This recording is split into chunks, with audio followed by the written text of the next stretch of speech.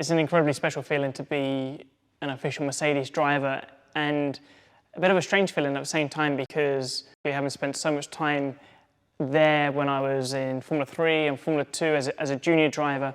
In a way, it feels like returning home to people who I've known for such a long time and getting up to speed with how the team operates again, which is something I've really enjoyed.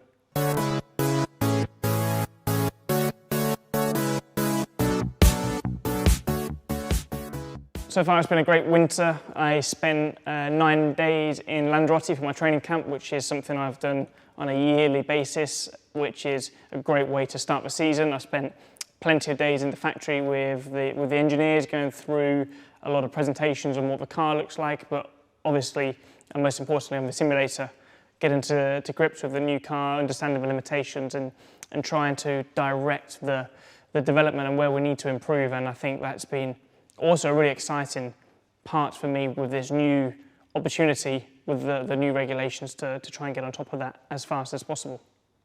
First impressions of W13 have been interesting. It's a very different car to the previous era, and the characteristics of how the downforce is produced is completely different. So we're still learning as we're going. There's still a huge amount of improvements to be made to bring everything together to make it as nice as possible to drive, which I foresee a lot of people being in the same boat because we're just learning so much day after day, whether it's in the wind tunnel or in the simulator.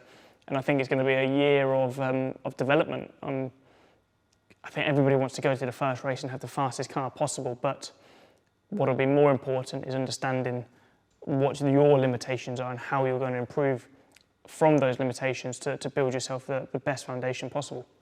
I see moving teams during this regulation change as a positive, in all honesty, because we've got a completely different car, which is a completely different philosophy to previously, different tyres, working with new engineers, and I think starting from a completely fresh sheet of paper is beneficial for all, whereas I think if I stayed with Williams for this season, there's always things in the back of your mind that you learnt on the previous era of cars that will always subconsciously carry through into the future, whereas if you are truly starting from a fresh slate, I think that can only be a beneficial this year.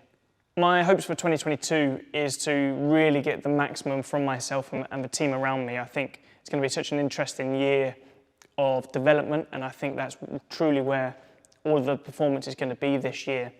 But in terms of a result, I truly don't believe you can put a value or a target on that, because nobody knows where they're going to be when they reach to the first race. You have to have your micro targets of where am I going to improve on myself, where am I going to improve on the car.